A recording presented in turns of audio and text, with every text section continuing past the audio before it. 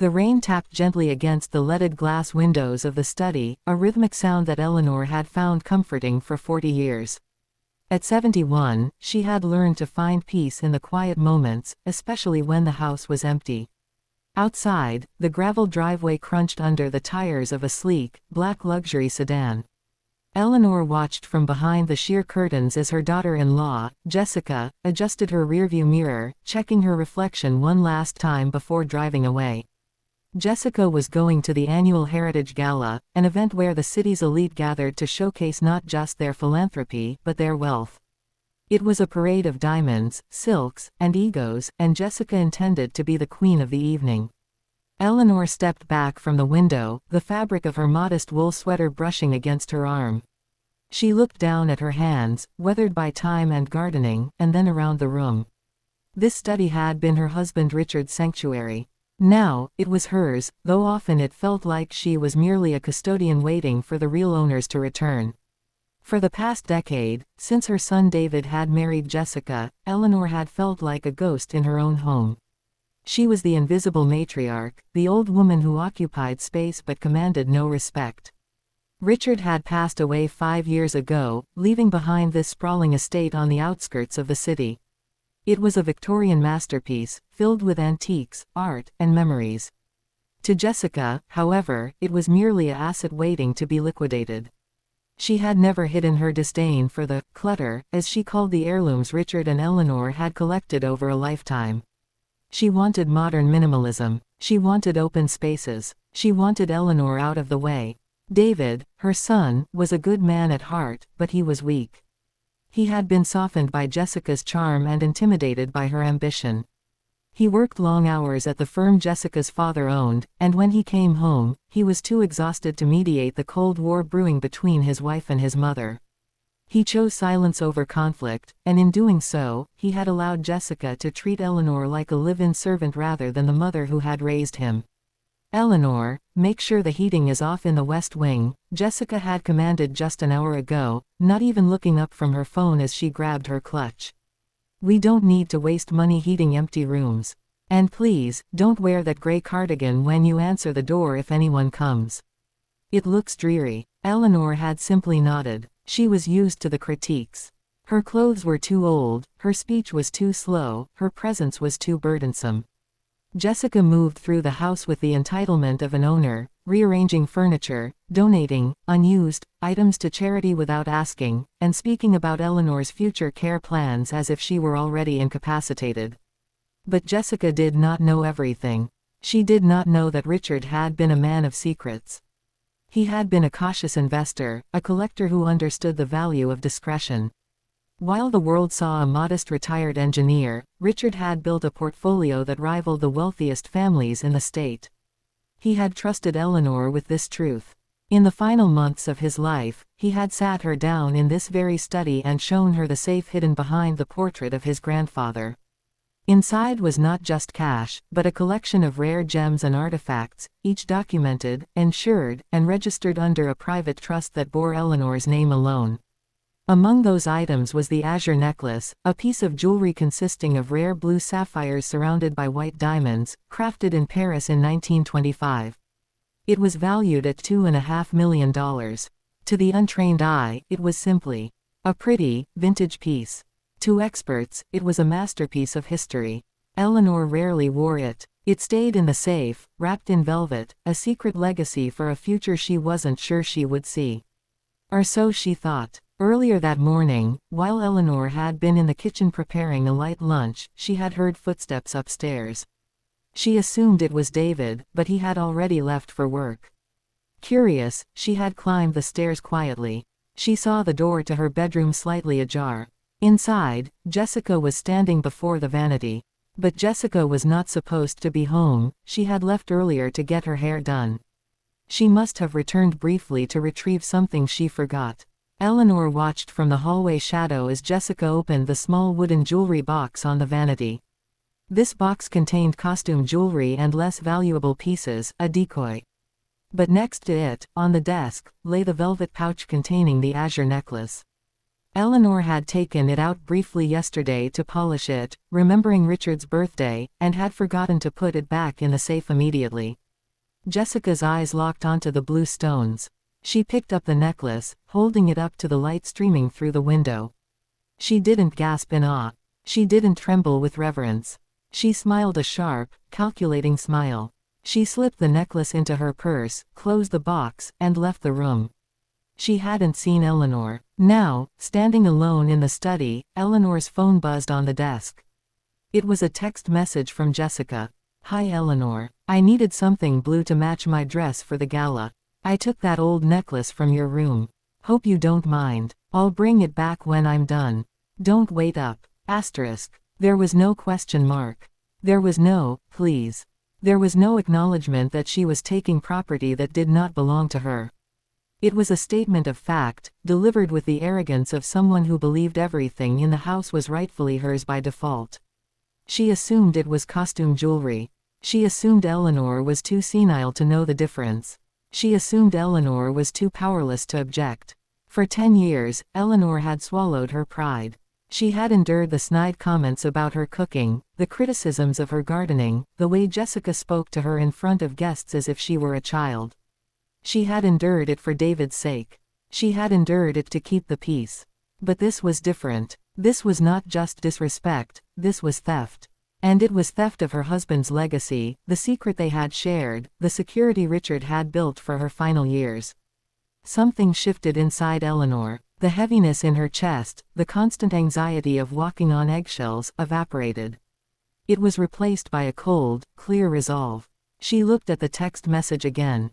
She typed a reply. "Have fun, dear. It looks beautiful on you." Asterisk. She hit send. Then, she picked up the landline phone on the desk. She dialed a number she had not used in 5 years. It rang twice before a familiar voice answered. "Sterling and Associates, Arthur speaking." "Arthur," Eleanor said, her voice steady. "It's Eleanor Vance." There was a pause on the other end.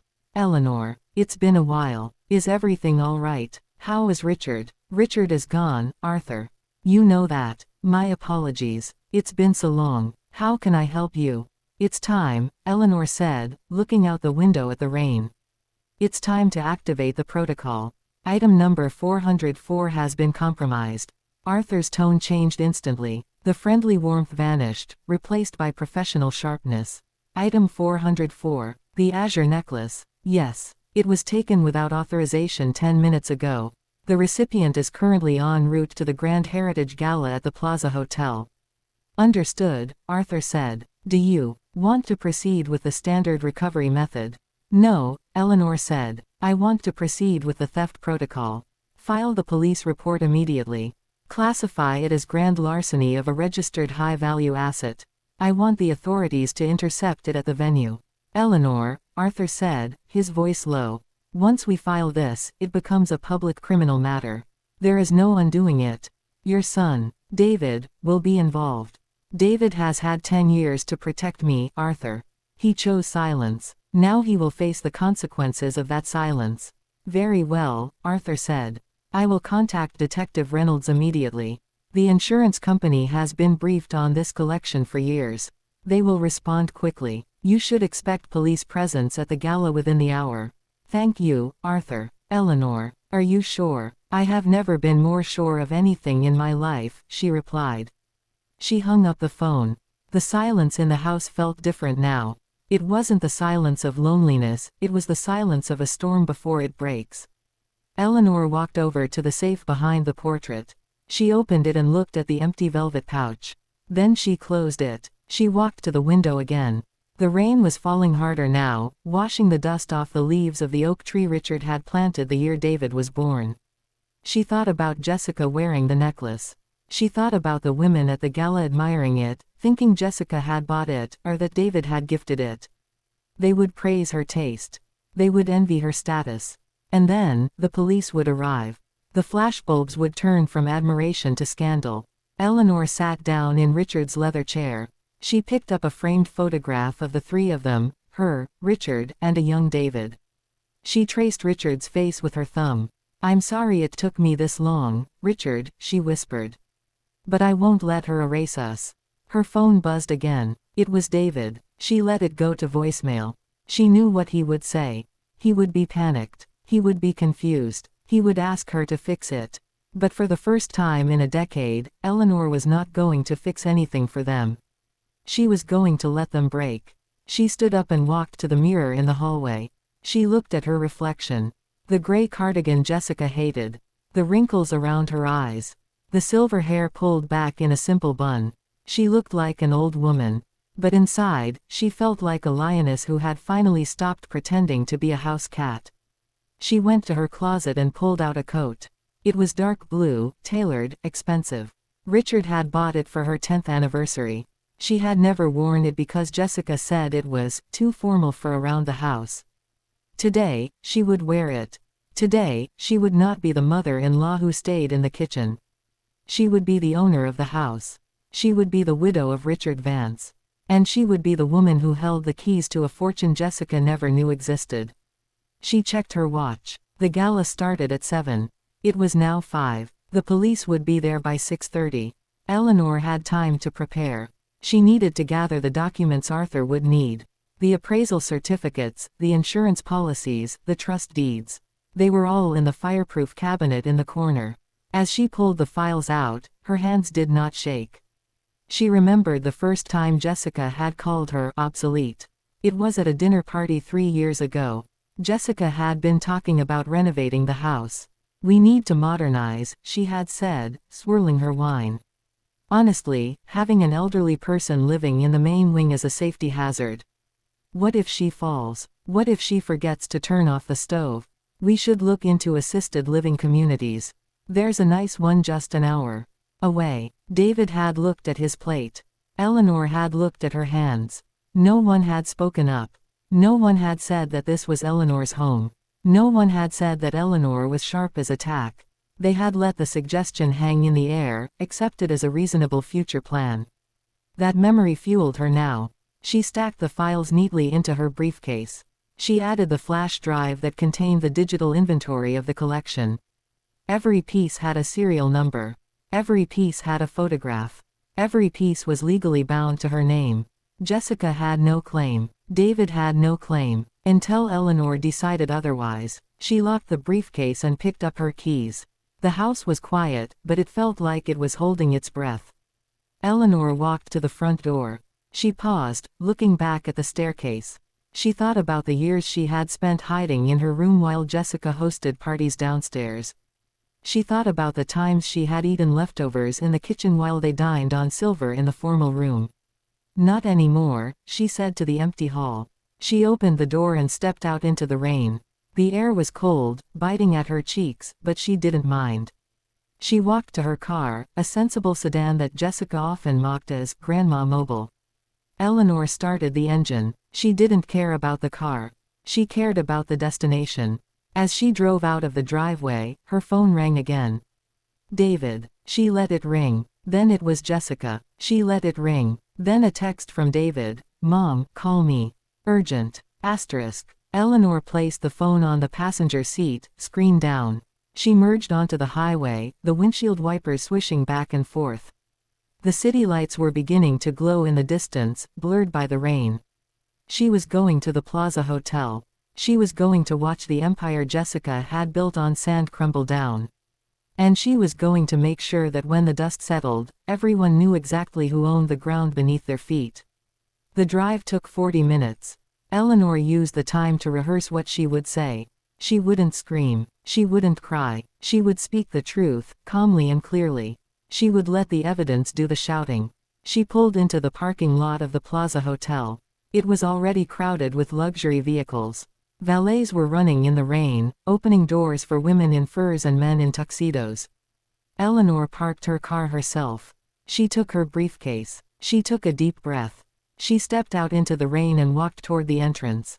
The doorman looked at her, perhaps expecting her to be a relative of a guest, or perhaps a staff member. She didn't correct him. She walked through the revolving doors and into the warmth of the lobby. The noise hit her first. Clinking glasses, laughter, the hum of conversation. The scent of perfume and expensive cologne. It was a world Jessica loved, a world Eleanor had retreated from. But today, she was walking back into it. She scanned the room. She saw the security desk near the elevators. She saw the uniformed officers standing near the ballroom entrance. Arthur was already there. He stood near the concierge desk, speaking quietly with a man in a suit. He saw Eleanor and nodded. He began to walk toward her. "Eleanor," he said, keeping his voice low. "Detective Reynolds is inside the ballroom. They are waiting for the right moment to make the announcement. They don't want to cause a panic, but they need to secure the item." "Is Jessica wearing it?" Eleanor asked. "She is," Arthur confirmed. "She's been showing it off all evening. She told everyone it was a family heirloom gifted by her husband." Eleanor felt a spike of anger, but she suppressed it. Let her enjoy the spotlight for a few more minutes. It will make the fall harder. "Are you ready for what comes next?" Arthur asked. "David is here too. He's with her." "I know," Eleanor said. "Let's go." They walked toward the ballroom doors. The music was louder here. A string quartet was playing. Eleanor straightened her spine. She adjusted her grip on the briefcase. She was no longer the invisible mother-in-law. She was the plaintiff. She was the victim. And she was the owner. As they reached the entrance, a police officer stepped forward. "Ma'am, the area is restricted due to an ongoing investigation. I am the owner of the stolen property," Eleanor said clearly. "My lawyer is Arthur Sterling. We were expected." The officer checked his radio, then nodded. "Yes, ma'am. Detective Reynolds is expecting you. Please, follow me." Eleanor followed the officer through the crowd. People turned to look. Some whispered. She kept her eyes forward. She saw David first. He was standing near the stage, holding a glass of champagne, looking nervous. Jessica was beside him, laughing at something a guest had said. Her hand was resting on her chest, right over the blue sapphires. They glittered under the chandelier light. Eleanor stopped 10 feet away. She didn't call out. She just stood there, watching. She waited for the detective to make his move. She waited for the moment Jessica's smile would vanish. She waited for the silence to fall. The detective, a tall woman with sharp eyes, stepped onto the small stage where the microphone was set up. She tapped the mic. The music stopped. The crowd quieted. "Excuse me, everyone," Detective Reynolds said. "I apologize for the interruption. We have a situation regarding stolen property that has been brought to our attention tonight." Jessica laughed nervously, whispering to David. "Stolen property? Here? That's ridiculous." Eleanor watched her. She watched the confidence in Jessica's posture. She watched the way she touched the necklace, claiming it as her own. "We are looking for the owner of a specific item," the detective continued. "A blue sapphire necklace, valued at $2.5 million. It was reported stolen an hour ago from a private residence." Jessica's smile froze. She looked at David. David looked around the room, confused. "If the person currently in possession of this item believes they have legal rights to it," the detective said, her eyes scanning the crowd, "please step forward. Otherwise, we will proceed with recovery and arrest." Jessica didn't move. She looked at David. "Tell them," she hissed. "Tell them it's ours." David stepped forward, raising his hand. "There must be a mistake. My wife is wearing a family necklace. It belongs to us." "To you?" the detective asked. "Or to your mother?" The room went silent. All eyes turned to Eleanor. She was standing in the back, but she was the only older woman there who wasn't dressed in gala attire. She was the outlier. David followed the detective's gaze. He saw Eleanor. His face went pale. "Mom," he whispered. Eleanor stepped forward. The crowd parted for her. She walked until she was standing directly in front of David and Jessica. She looked at Jessica. She looked at the necklace. "It belongs to me," Eleanor said. Her voice was not loud, but it carried over the silence. "And it was taken without my permission." Jessica scoffed. "Eleanor, don't be dramatic. You told me I could borrow it. You texted me." "I texted you to have fun," Eleanor said. "I did not give you permission to take property valued at millions of dollars. I did not give you permission to claim it as your own. And I did not give you permission to steal from me." "Steal?" Jessica's voice rose. "It's costume jewelry. Everyone knows you're on a pension. You don't own a $2 million necklace." "I have the appraisal here," Eleanor said, opening her briefcase. "I have the insurance policy. I have the trust deed. And I have the police report filed under grand larceny. She handed the documents to the detective. The detective flipped through them quickly. She nodded. Everything appears to be in order, Mrs. Vance. Jessica grabbed David's arm. David, say something. Tell them she's confused. Tell them she's senile. David looked at his mother. He looked at the documents. He looked at the police officers surrounding them. Mom, he said, his voice trembling. Is this true? Is it really worth that much? Yes, Eleanor said. And it is not the only thing. She turned to the detective. Detective, my lawyer has additional evidence regarding previous thefts. Smaller items. Over the past 2 years. Jessica's face drained of color. What are you talking about? We know about the brooches, Jessica, Eleanor said calmly. We know about the pearl earrings. We know about the silver candlesticks. We know you've been selling them to pawn shops to fund your vacations and your designer clothes. That's a lie, Jessica screamed. We have receipts, Arthur said, stepping up beside Eleanor. We have surveillance footage. We have recordings of you discussing the sales. The crowd was murmuring now. Phones were coming out. People were recording. The scandal was unfolding in real time. Jessica was no longer the queen of the gala. She was the center of a crime scene. David, Jessica pleaded, turning to her husband. You believe me, right? You know I wouldn't steal from your mother. David looked at his wife. He looked at the woman who had promised him a life of luxury, a life built on status. Then he looked at his mother, the woman he had ignored for 10 years. He saw the strength in her eyes. He saw the documents in her hand. He saw the truth. I don't know, David stammered.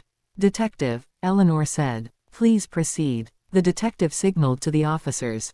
2 of them stepped toward Jessica. Jessica Vance, you are under arrest for grand larceny and fraud. Please turn around and place your hands behind your back. Jessica shrieked. She tried to pull away, but the officers were firm. The click of the handcuffs was loud in the quiet room. The blue sapphires swung wildly as she struggled, catching the light one last time before the officer covered them with a cloth. You can't do this, Jessica cried as they led her away. I'm part of this family. You're ruining everything. I'm fixing everything, Eleanor said. They led Jessica out of the ballroom. The crowd parted like the Red Sea. David stood alone, holding his champagne glass, looking shattered. He walked over to Eleanor. Mom, he said, why didn't you tell me? Why didn't you tell me Dad had all this? Because your father knew people would change when they knew, Eleanor said. He wanted to protect us. But he couldn't protect me from someone living under my own roof. I didn't know, David said. I swear, I didn't know she was stealing. Ignorance is not innocence, David, Eleanor said. You saw how she treated me. You heard what she said. And you did nothing. You let her make me feel small in my own home. You let her treat me like a burden. I was trying to keep the peace, David whispered. You kept the peace by sacrificing me, Eleanor said. Now you have to live with the war. She turned away from him. She walked back toward the exit. Arthur followed her. Where are you going? David called after her. Home, Eleanor said without looking back. I have a lot of work to do. She walked out of the hotel. The rain had stopped. The air was fresh. She got into her car and started the engine. She didn't feel victorious. She felt relieved. The weight was gone. The secret was out. The thief was caught. As she drove home, her phone buzzed. It was a text from David. Mom, please. We need to talk. Don't leave it like this. Asterisk. Eleanor looked at the message. She thought about the 10 years of silence. She thought about the nights she cried herself to sleep. She thought about the garden Richard had planted. She typed a reply. We will talk. But on my terms. In my house. And you will come alone. Asterisk. She put the phone away. She drove through the quiet streets. The city lights reflected in the puddles on the road. She was going home, not to hide, not to serve, but to reclaim. When she arrived, the house was dark. She unlocked the door and stepped inside. The silence welcomed her. She walked to the study and turned on the lamp. She sat in Richard's chair. She opened the briefcase and took out the files. She began to organize them. There was more to do. The legal battle was just beginning. Jessica would fight. She would try to claim emotional distress. She would try to claim ownership. But Eleanor was ready. She picked up the photograph of Richard again. "We're okay now," she said. "I kept your promise." She leaned back in the chair and closed her eyes. For the first time in 10 years, she slept without dreaming of being chased. She slept without dreaming of being invisible. She slept as the owner of her life. The next morning, the sun woke her up. She made coffee. She walked into the garden. The flowers were wet with rain, but they were standing tall. She picked up her shears. There were weeds to pull. There were branches to trim. There was work to be done. She heard a car pull up the driveway. It was David. He got out of the car. He looked tired. He walked toward her. Eleanor didn't stop trimming the roses. "Mom," he said. "Good morning, David," she said. "I spoke to Arthur," David said. "He told me about the rest. The other things she stole." "Yes," Eleanor said. I feel sick," David said. "I can't believe I didn't see it." "You didn't want to see it," Eleanor corrected. "It was easier to believe I was the problem." David nodded. He looked at the house. "What happens now?" "Now," Eleanor said, snipping a dead bloom, "we reset. You want to be part of this family. You want to be part of this house. Then you follow my rules. Jessica is no longer welcome here. If you choose her, you choose to leave. If you choose me, you choose to respect me." David looked at his mother. He saw the steel in her spine. He saw the woman who had raised him. He realized that he had lost her respect, and he would have to earn it back. "I choose you, Mom," he said softly. "Then prove it," Eleanor said. "Start by clearing out her things from the east wing. I want that room converted into a library. Richard's books belong there." David nodded. "I'll do it." "Good," Eleanor said. "Now, go make me a coffee." And David, "Yes, Mom. Don't forget the sugar. 2 spoons. Just how I like it." David smiled, a sad, tentative smile. "Yes, Mom." He walked back to the house. Eleanor watched him go. She turned back to the roses. There were thorns, but there were also blooms. Life was like that. You had to handle the thorns to enjoy the flowers. She had handled her thorns. Now, she would enjoy her garden. The story of the invisible matriarch was over. The story of Eleanor Vance had just begun. And this time, she was the one holding the pen. The days following the gala were a blur of legal paperwork and hushed conversations. Eleanor had expected the aftermath to be chaotic, but she hadn't anticipated the silence that would descend upon the house. David had moved back in temporarily, sleeping in the guest room while he oversaw the removal of Jessica's belongings. It was a somber task. Box by box, the symbols of Jessica's tenure were carried out. The designer shoes, the expensive handbags, the modern art pieces she had bought to replace Richard's classics. Eleanor watched from the window of the study as the movers loaded the truck. She felt no joy in seeing Jessica's things leave. She felt only a profound exhaustion. The adrenaline that had fueled her at the hotel had faded, leaving behind the ache of 10 years of suppressed emotion. She sat in Richard's chair, holding a cup of tea that had gone cold. Arthur Sterling came by every day. He was thorough, meticulous, and fiercely protective. "They're going to fight this, Eleanor," he warned her on the 3rd day. "Jessica's family has money. They will try to claim you coerced her. They will try to claim the jewelry was a gift. They will dig into your mental health." "Let them try," Eleanor said. "Richard's documentation is impeccable. The trust was set up decades ago. The inventory logs are dated and signed. There is no coercion in a safe that only I have the combination to." "It's not about the truth," Arthur said. "It's about the narrative. They will try to paint you as a vindictive old woman who trapped her daughter-in-law." Eleanor looked at him. "And what will you paint me as?" "The victim," Arthur said firmly. "A widow protecting her late husband's legacy from a systematic theft." David walked in during this conversation. He looked haggard. He hadn't shaved in 2 days. "Mom," he said, "Jessica's lawyer called. They're offering a settlement. If you drop the criminal charges, they won't sue for the house." Eleanor laughed. It was a dry, humorless sound. "Sue for the house? On what grounds?" "Emotional distress," David said. "They claim you humiliated her publicly. They claim the value of the jewelry is exaggerated. They say Dad never had that kind of money." "Show them the bank records," Eleanor said. They say the bank records are private, David replied. They're trying to subpoena them, but it's going to take time. Mom, please. Think about the scandal. The papers are already writing stories. The millionaire mother-in-law. The gala arrest. It's everywhere. Eleanor stood up. She walked over to the window. She could see the neighbors looking at the house. She could see the cars slowing down on the street. Let them write, she said. Let them talk. I spent 10 years hiding so I wouldn't be a burden. Now I am the news. So be it. But what about me? David asked, his voice cracking.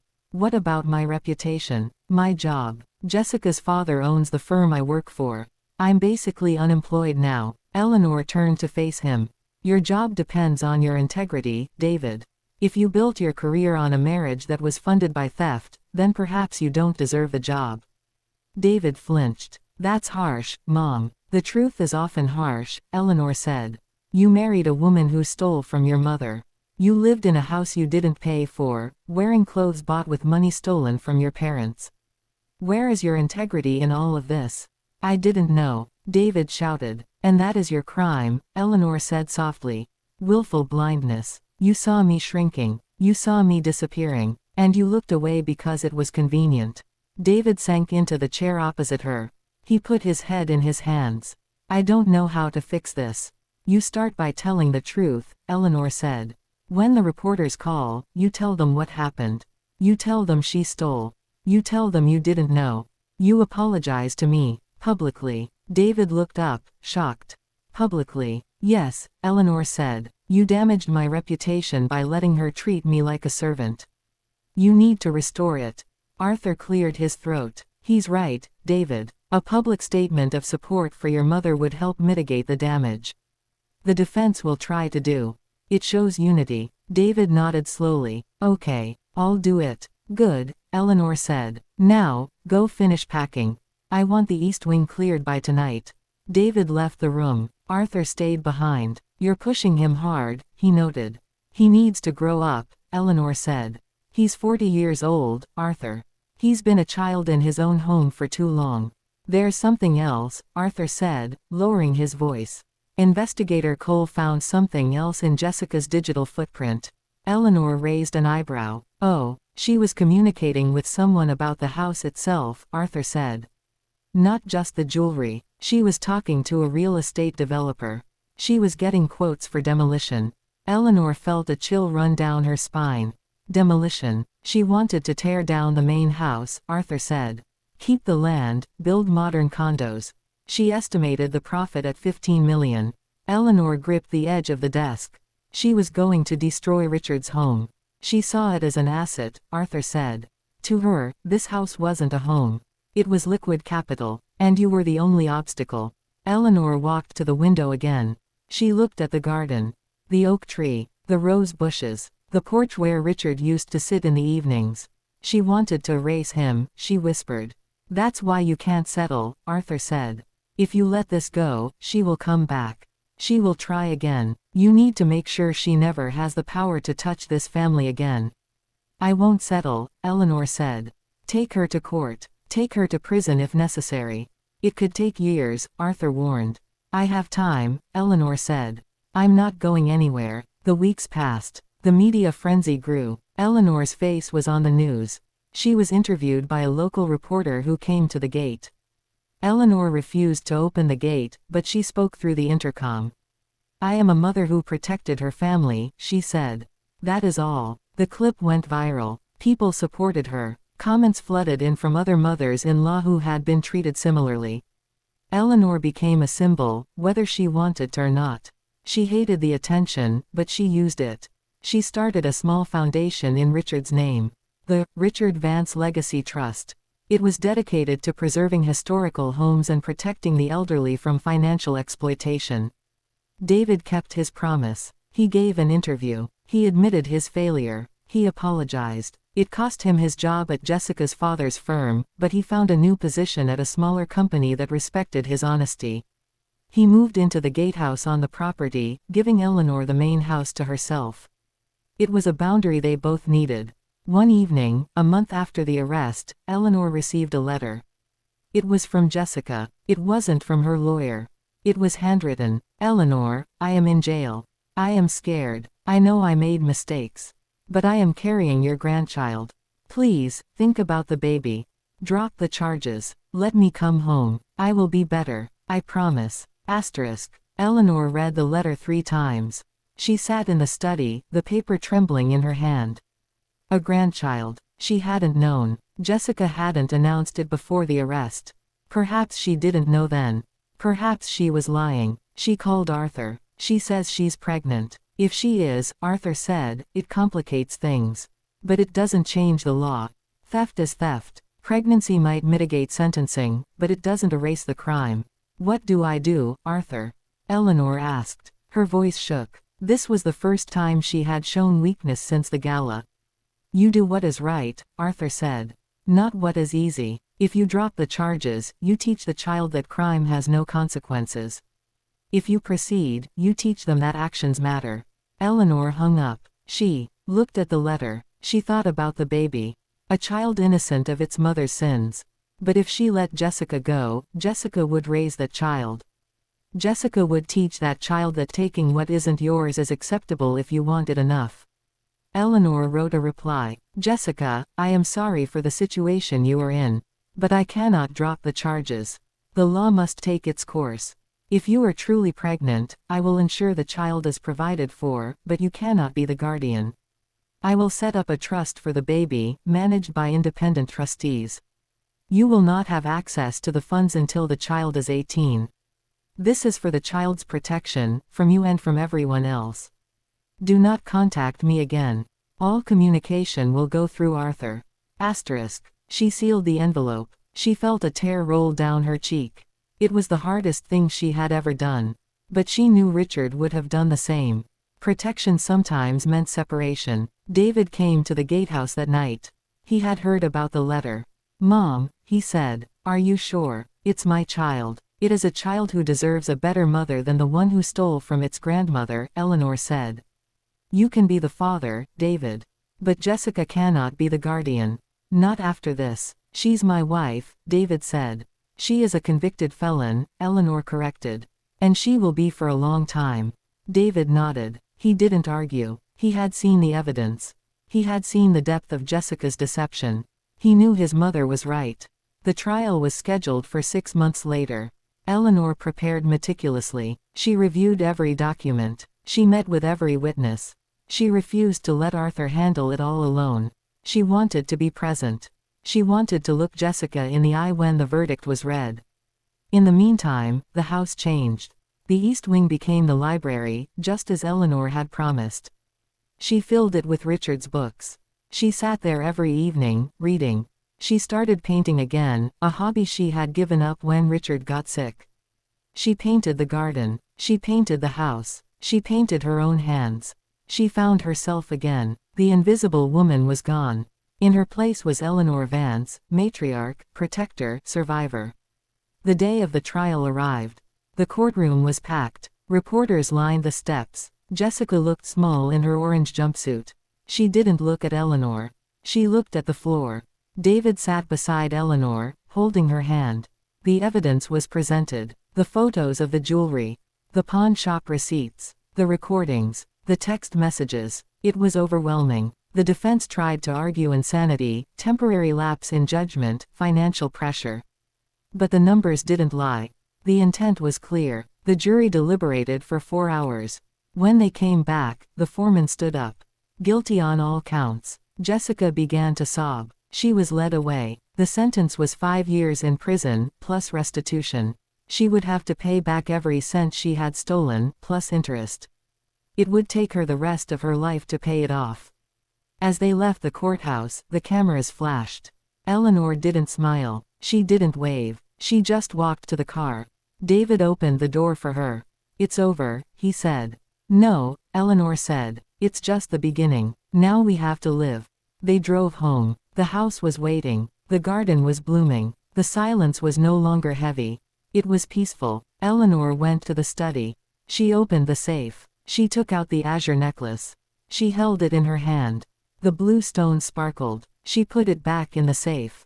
She didn't need to wear it to know its value. She didn't need to show it to know she owned it. She locked the safe. She turned off the light. She walked out into the hallway.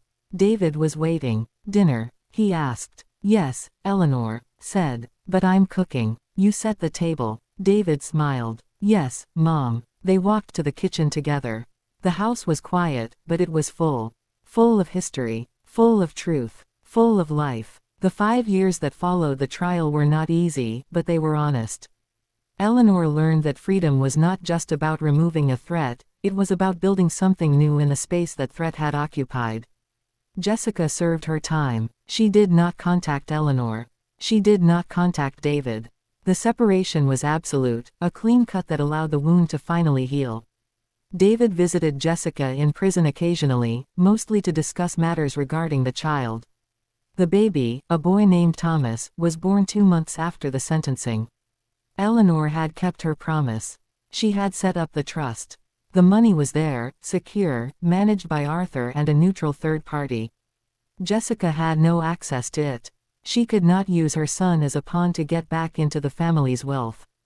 Thomas lived with David and Eleanor. It was an unconventional arrangement, but it worked. David had matured significantly. He worked hard at his new job, coming home every evening to help with the baby.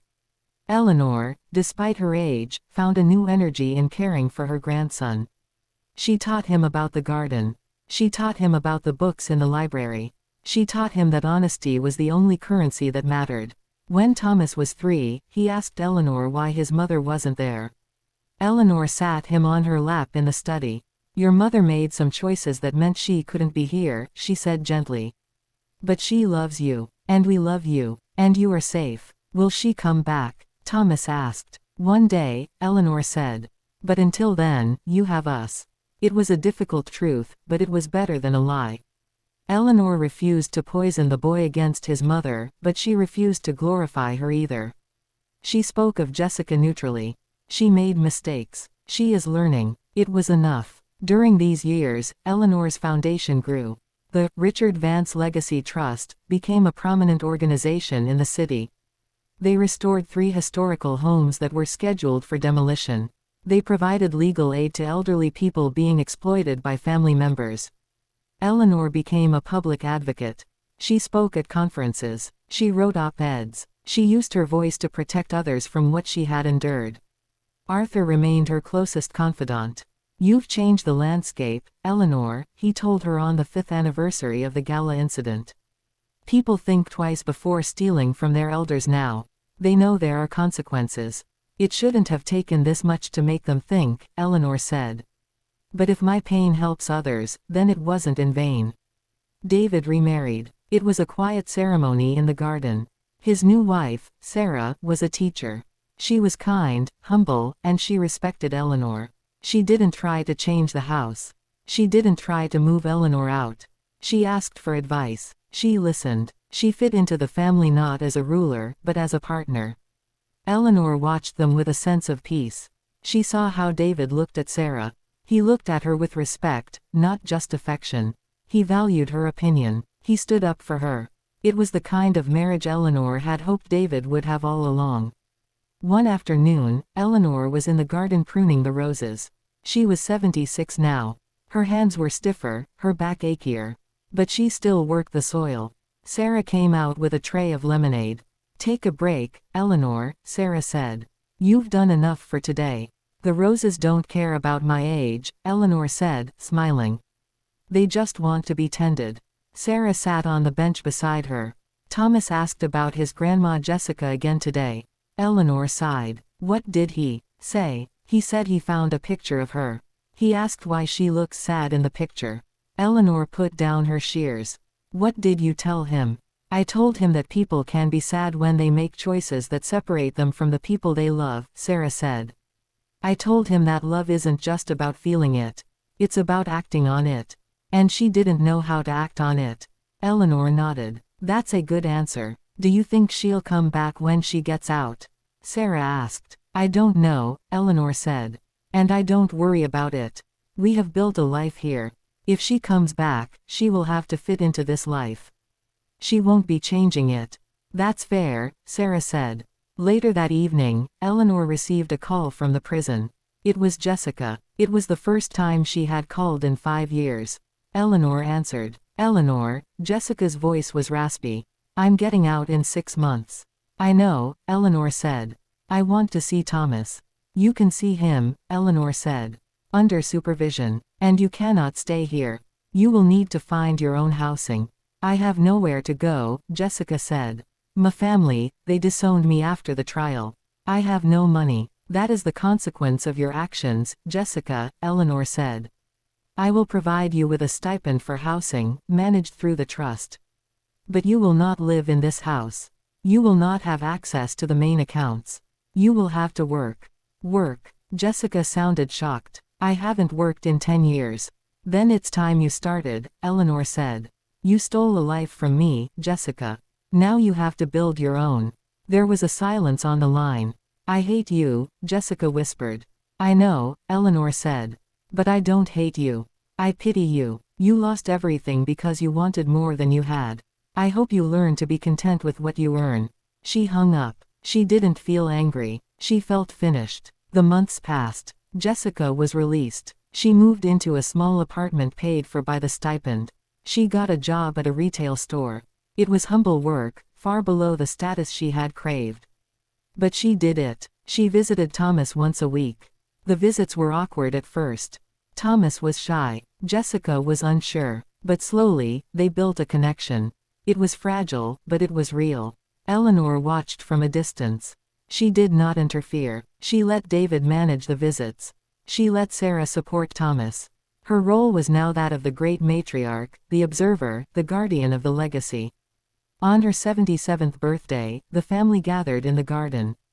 It was a warm summer evening. The lights were strung between the trees. The table was set with Richard's china. Thomas ran around with a sparkler. David and Sarah held hands. Arthur was there, along with a few close friends. Eleanor stood at the head of the table. She raised her glass. To family, she said. Not just the blood we share, but the bonds we choose. To honesty. To respect. And to the future. To Eleanor, David said. Everyone cheered. Eleanor smiled. She looked at the house. It stood tall against the twilight sky. It was no longer a battleground. It was a home. After the guests left, Eleanor walked into the study. She opened the safe. She took out the azure necklace. She held it up to the light. It was still beautiful, but it was just a thing. It didn't define her. She defined it. She put it back. She locked the safe. She turned off the light. She walked out to the porch. David joined her. You okay, Mom? I'm better than okay, Eleanor said. I'm free. Jessica called me today, David said. She said thank you. For the stipend. For letting her see Thomas. Good, Eleanor said. Maybe she's learning. Maybe, David said. I couldn't have done this without you, Mom. You saved us. I saved myself, Eleanor said. And in doing so, I saved you. They stood in silence, watching the fireflies dance over the garden. The legacy was secure. The truth was known. The family was whole. Eleanor lived to be 85. She remained sharp until the end. She managed the trust. She oversaw the foundation. She tended the garden. When she finally passed away, it was in her sleep, in the chair in the study, with a book in her lap. The funeral was attended by hundreds of people. Not just family, but the people she had helped through her foundation. The historians who had saved the old buildings. The elderly lawyers who had fought for their rights. Eleanor Vance had become more than a mother-in-law. She had become a pillar of the community. David stood at the podium. He was gray now, older, wiser. My mother taught me that silence is not peace, he said. She taught me that sometimes, you have to make a noise to be heard. She taught me that wealth is not what you have, but what you protect. Thomas, now a young man, placed a single blue sapphire on her casket. It was not the necklace. It was a small stone from the garden, painted blue. A symbol of her love. After the funeral, the will was read. It was simple. The house went to David, with the stipulation that it remain a historical landmark, never to be demolished. The foundation received the bulk of the estate. Jessica received nothing further, as she had been provided for during her life. Thomas received the trust fund, accessible at 25, provided he maintained a standard of ethical conduct. Arthur Sterling, now retired, sat in the front row. He smiled. She planned it all, he whispered to David. Every detail. She always did, David said. The house remained open to the public 1 day a week. People walked through the rooms, seeing the furniture, the art, the life that had been lived there. They saw the study. They saw the safe behind the portrait. It was left open, empty. A reminder that the real value wasn't inside the safe. It was in the woman who had guarded it. Years later, Thomas brought his own daughter to the house. She was 5 years old. She ran into the garden. "Grandpa David, look. The flowers." David smiled. "Your great-grandmother Eleanor planted those." "Was she brave?" the little girl asked. "The bravest," David said. "She stood up to giants. Like in the stories. Like in real life," David said. They walked into the study. The little girl touched the desk. "Did she sit here?" "Every day," David said. "She wrote her story here." "Can I write too?" "Yes," David said. "You can write whatever you want. Just remember to tell the truth." The sun set over the garden. The shadows lengthened. The house stood silent, but it was not empty. It was full of memory. It was full of love. Eleanor's story was over, but its echo remained. In every elderly person who stood up for their rights. In every son who chose his mother over a lie. In every woman who refused to be invisible. The invisible matriarch had become the visible legend. And in the end, that was the greatest revenge of all. Not the destruction of her enemies, but the preservation of herself. She had won. Not by fighting forever, but by knowing when to stop. She had reclaimed her home, her dignity, and her legacy. And she had left it all in hands that would honor it. The wind blew through the open window of the study, rustling the papers on the desk. It sounded like a sigh of contentment. It sounded like peace. Eleanor was gone, but she was everywhere. In the bricks of the house. In the roots of the oak tree. In the heart of her family. The story ended not with a bang, but with a whisper. A whisper that said,